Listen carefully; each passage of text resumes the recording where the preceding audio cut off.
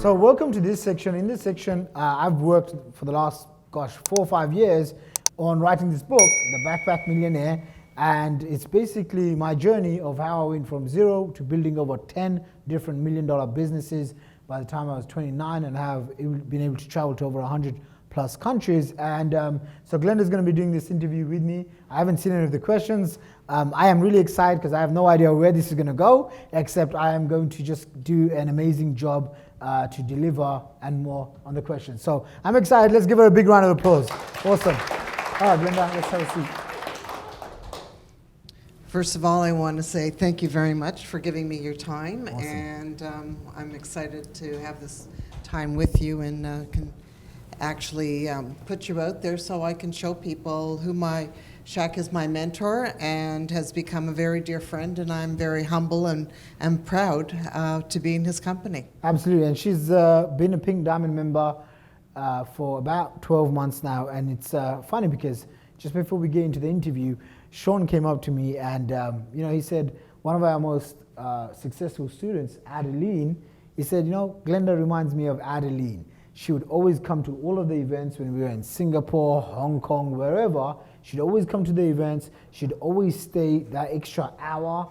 She'd always come early. She'd always have a big smile, and she'd always ask the questions. She'd always be someone who's always very curious. And let's just say I see that in you a lot, and I have a lot of big wishes for you. So I appreciate you as a client, and I know the Wealth Academy team does so too. Thank you.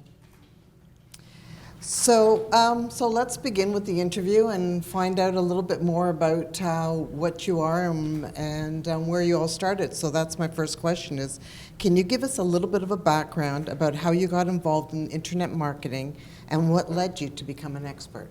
Sure. So I got started when I was 21. I came to a live event, just like the events that we do all over the world. It was a free event, and I remember walking in and I thought to myself, this is too good to be true. This ain't gonna work. And I walked in, it was a seminar about how to make money. So I walked in and I was actually embarrassed. I thought, I hope I don't bump into someone I know, because they're gonna be in that same position. And it was pretty embarrassing. So I went in, and I remember I didn't have much confidence. I was really, really overweight at the time. I had long, greasy hair. And I just, I came into an event and my mind opened up. Apparently there was this secret world of people making millions on the internet. And most people, I usually get really inspired and really excited. Unfortunately, that wasn't me. Okay, I was really angry with the world, and I'm smiling about it now. But I was not a happy camper. I thought, what on earth did my parents teach me? What are my friends doing? And what does society teach us? Go to school, go to college, go to university, go and get a degree, go and get a job. And so I said to myself, if this world exists, I want to be part of this world. That was it.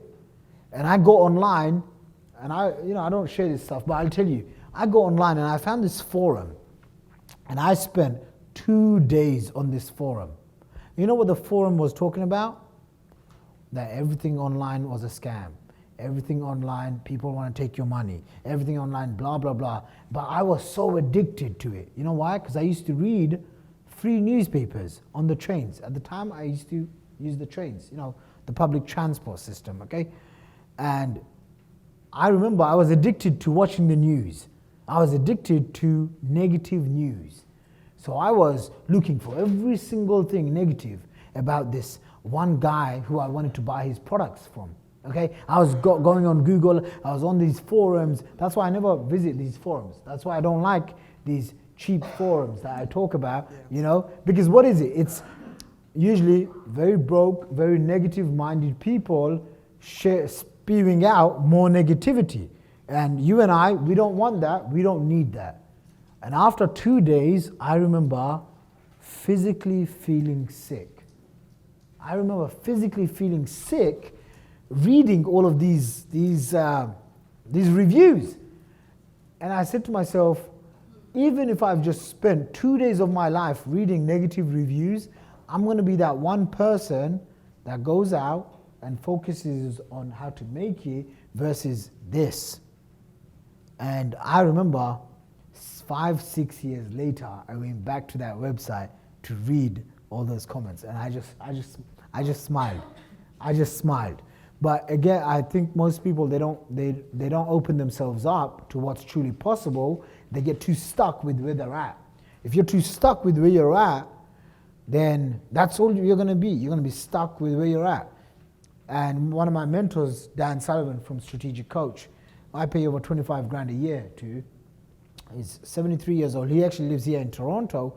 You know, he says, make your future bigger than your past. Make your future bigger than your past. And it's your responsibility. It's your responsibility to make your future bigger than your past. That way you ain't going to be stuck in your current state. Also important just to create your sunshine, because, you know, there's always two ways of looking at things in life. So, you know, if you just keep thinking of positive ways of creating it, it happens. Absolutely. Right? Absolutely. Manufacturing your own optimism. A guy called Dr. Dennis Waitley. You can watch his stuff free on YouTube, because that's what I did. And I would just download the videos and I'd listen to the videos on my iPhone and whatever. But Dr. Dennis Waitley talked about manufacturing your own optimism. Okay, and this is probably one of the greatest skills I'd say I'm still developing it, you know, because I face new challenges. I'm like, and then my team are like, Shaq, remember what you teach us, manufacture your own optimism, because no one's going to give it to you. You will maybe come to an event like this, you're like, yeah, you're high, you get 1 or 2 insights or 100 insights for some people, but you deep down have to manufacture that own optimism yourself. Absolutely. Thank you. It's amazing. Okay, so what are your top 3 things that someone should know in order to be successful in internet marketing? Understand that, one, it takes time. Okay, most people, it's like the story that I shared before. Most people they just don't have the patience. Okay, they try something for, you know, a weekend, and they think, oh, why don't I have every single secret to becoming a millionaire? Or why do I? It's like it takes time. Anything great in life takes time. Just look at Amazon.com. They're taking over the world now. But for the last probably 15 to 20 years, they weren't even profitable, right? So what's the difference? It's they look ahead. It's time.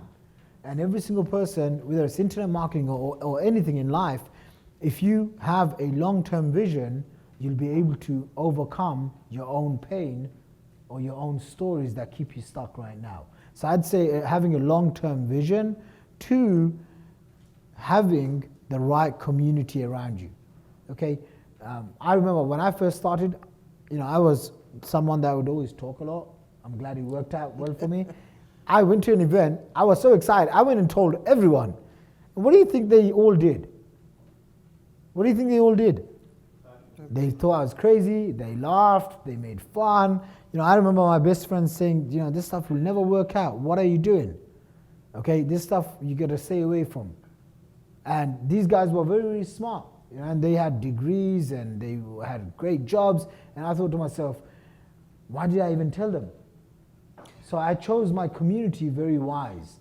And if you're not part of a community, find a community of like-minded people. Okay, maybe you can go to a like-minded, who feels like they need a like-minded community, right?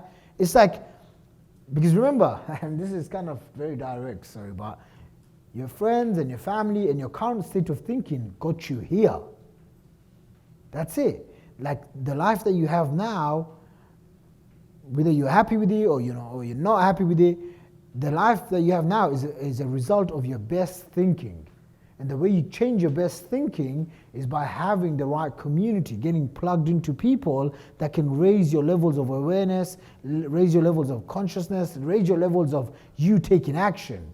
When you can do that, find that community, whatever that community is. It could be even reading books. It could be listening to podcasts. This could be joining the Wealth Academy family, whatever. But find that community that's going to hold you up, that's going to demand more from you than your friends and family, than the people that you go and spend time with at home. And that's basically the second thing. The third thing I would say is just what I taught in the first day. Develop skills to increase your personal value level.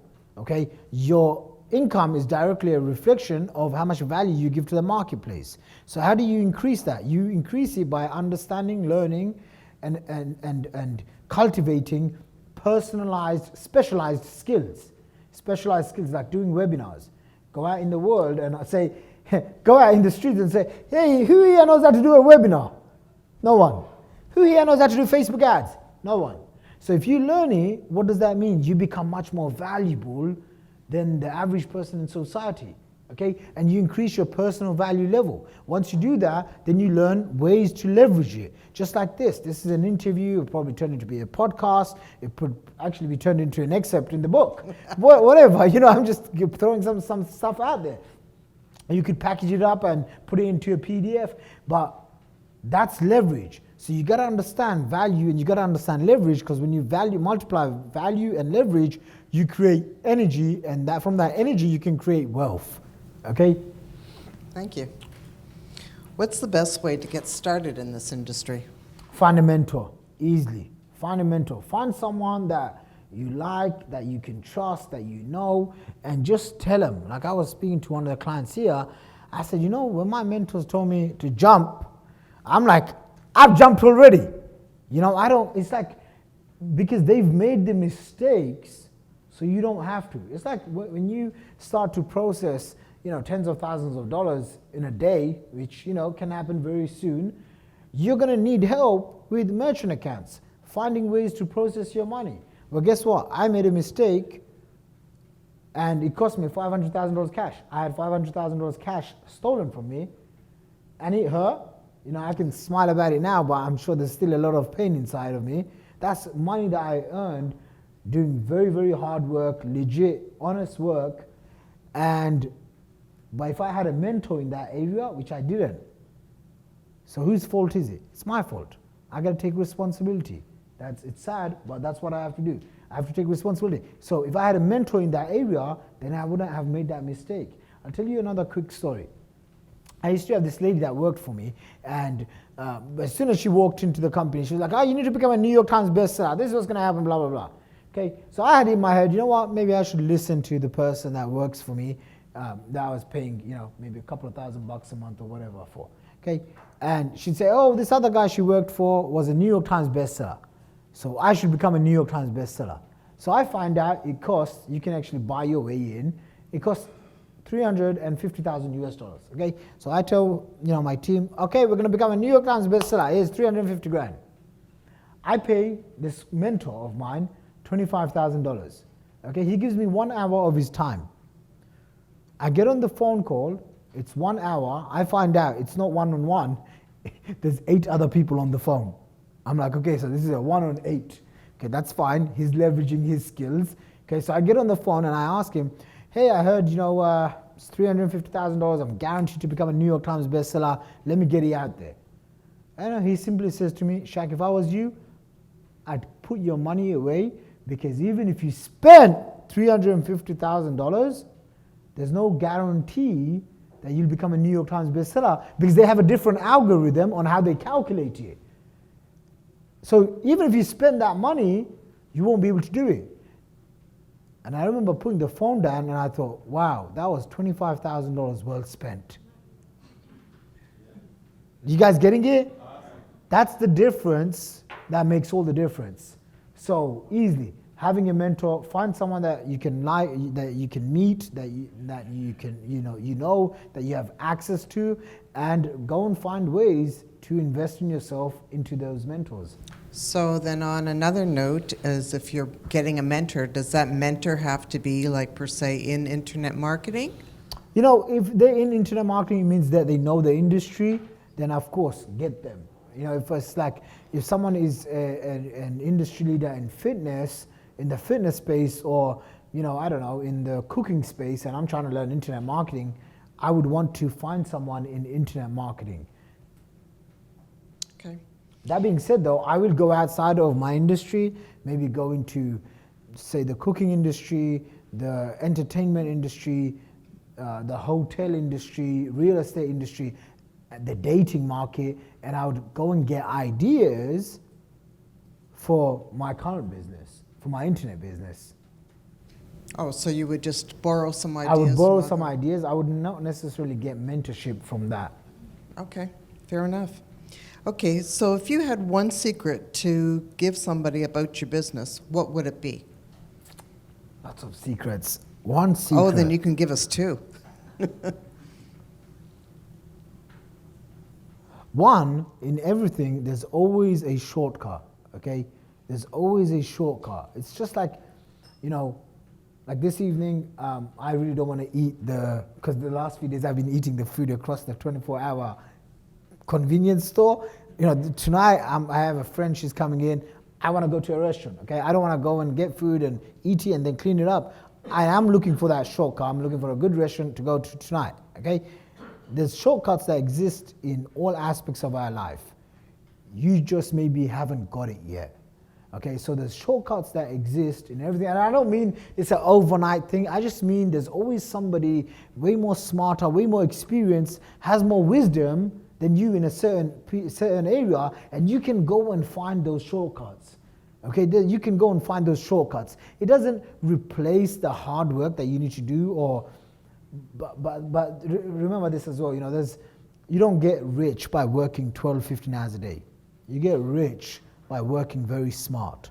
Okay, I was taught you should go and work hard. Okay, who else has taught? Yeah, work hard, and that's fine to a certain extent. Work hard, but there's also powers of delegation. You can delegate. You can delegate to your team. You can delegate to other people, and you want to learn these things. So I would say a big secret of my success is that delegation, is learning to attract people so I can delegate tasks. 2, I'd say become more valuable in the marketplace and learn how to take that value and share it with the world. Okay, because you will get paid. Just think about it. Who are the most highest paid people in the world? People that share a message. And every single one of you have a message. Okay, every single one of you have had life stories. I mean, I've met so many people here and I'm thinking, wow, Nisha and Sham's life is way more interesting than my own life. I'm like, I want to spend more time with them. I've met people here that I could just talk for hours and hours. Even with Ron, you know, how he came to India and with nothing, and you know, he's built his own little empire. So I've had those conversations with people, and a lot of the times we forget our own greatness. When you own your own greatness and when you realize you have experience, wisdom, stories, you can turn into profits, you can turn into a message. And I wasn't going to plug this, by the way, but I do have a new book after this one that's going to be released end of next year called the AAA Formula. And what is the AAA Formula? I'll tell you this right now because you guys are the first to hear about it. It's how do you turn, who here believes that they've gone through some challenges in life and adversities? Okay? Just look around. Every single person. Okay? Yes. So how do you turn your adversities, I'd say this is I think I'm on my secret 3, hopefully. Who's counting? Who's counting? You take your adversities and how do you turn them into adventures? How do you turn them into adventures? And then how do you turn those adventures into assets? You get it? Wow. How do you turn your adversities? Most people, they're stuck on their adversity. My life is this. I don't have this. This is how the world treated me. Okay. Shift it. How do you turn that adversity? You just gave me an aha moment. There you go. How do you turn your adversity into adventures so you can start thinking and reflecting in a different manner? And then how do you turn that adventure into an asset?